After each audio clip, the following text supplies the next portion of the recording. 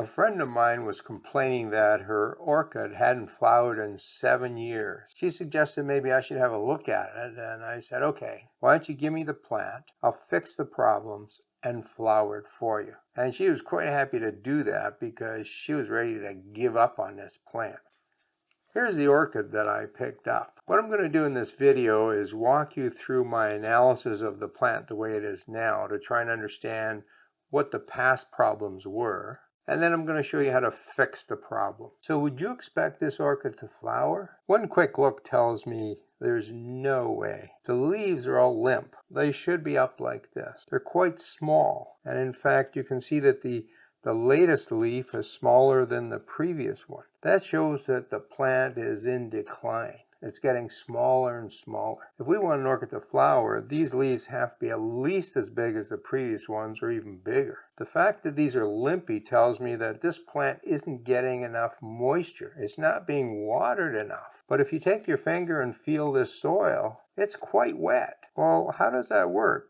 Lots of water down here, not enough up here. And the reason is that I'm pretty sure that all the roots in the potting media down here are rotten. Now you see some pretty good roots up here. They're nice and silver. But when I look at the tips, there's no growing tip on here. The plant roots aren't growing. And the reason is that it just doesn't have enough water in the whole plant to grow roots. It's barely staying alive. The fact that the leaves are way up here and there's a long stem between the surface of the potting media and the orchid tells me it hasn't been repotted in quite a long time. The plant itself is 7 years old. I think it was repotted once because I don't think too many nurseries would sell a plant in a big pot like this, but it may have never been repotted. The plant's way too high in the pot. The roots aren't growing, but I think the real problem is underneath here. And the only way to see that is to take it out of the pot. Oh, one other thing I want to mention.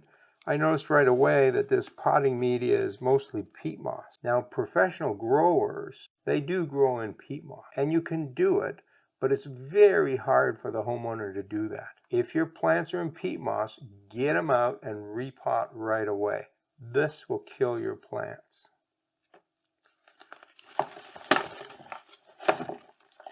So we can see the original plant was in a pot this big, and at some point it got into a larger pot, but the original media was not removed. When you repot, you have to take all this media off. Orchids like a very airy media. Over time, that media decomposes, becomes smaller and smaller particles. They stay too wet, and that's what kills your orchid. When this was repotted, all this old peat moss should have been taken off. The rest of this media has some stones in it, but I think these were probably in the bottom of the pot. Someone thought that if you put stones in the bottom, you help drainage. That's a myth.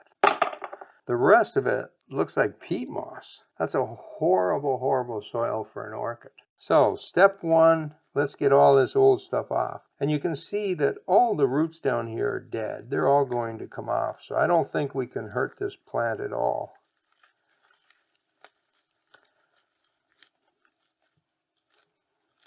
There isn't a single good root in the potting media.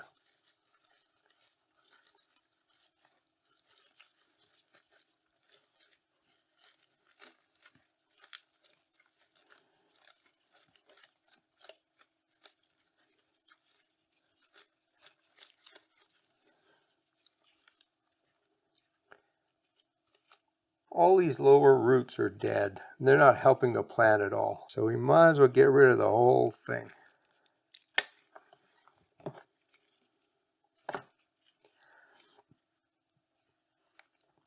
These roots look fairly healthy, but they don't have growing tips. If they were really healthy roots, they would have green tips that are growing down into the media. But they were smart enough not to go into this peat moss. There are a couple dead ones here. We'll get rid of those too.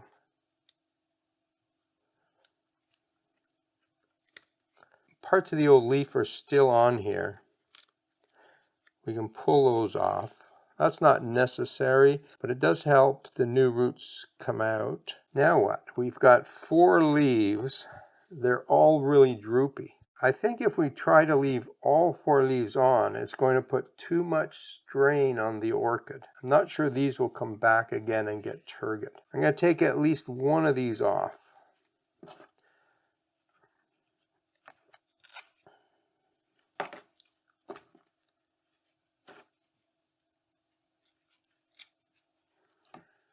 We'll leave these 3 on and I'll monitor it. I'll have another look at it in about 3 weeks. If this is still droopy, I'm going to cut it off as well. But I'm hoping these 3 come back. Now let's repot the orchid. I think this is about the right size pot.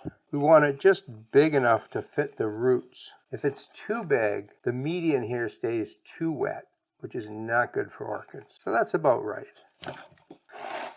For the media, I use coconut chunks. You can see the particles are, for the most part, quite large. You can also use a good quality bark, but around here we can't get good bark anymore. So I've switched over these coconut husks, which work just as well as bark. You don't need to add anything. No perlite, no charcoal, no peat moss, all the other things that you read about. Your orchid doesn't need them, because this stuff really isn't doing much for the orchid except holding the orchid in place and providing moisture. All the nutrients are going to come from the fertilizer you apply. Now, repotting couldn't be easier. Hold the plant at the right height. We want the roots to be buried, but we don't want the leaves to be buried.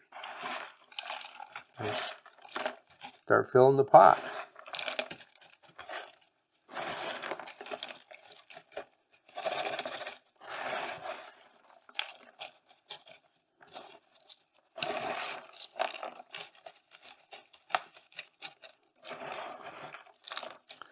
I'm using some pressure to push this in, but not a lot. I don't want to break the roots.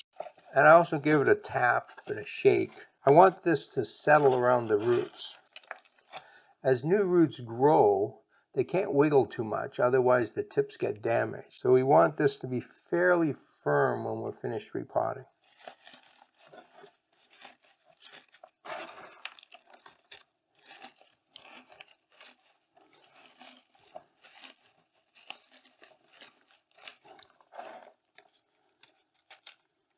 Now let's check we did a good job. The roots are covered, which means they're going to get moisture. The leaves are not covered. They're going to be above in the air. So that's a good height. Next step is to water the plant. Watering orchids is really easy. You water it well, and then you leave it alone until it needs water again. And how do you know that? Well, there's a video coming up that will tell you exactly how to water orchids. I expect this plant to not only survive, but it'll be blooming, I'm going to say 4 to 5 months, and I'll make a follow-up video to show you how it blooms.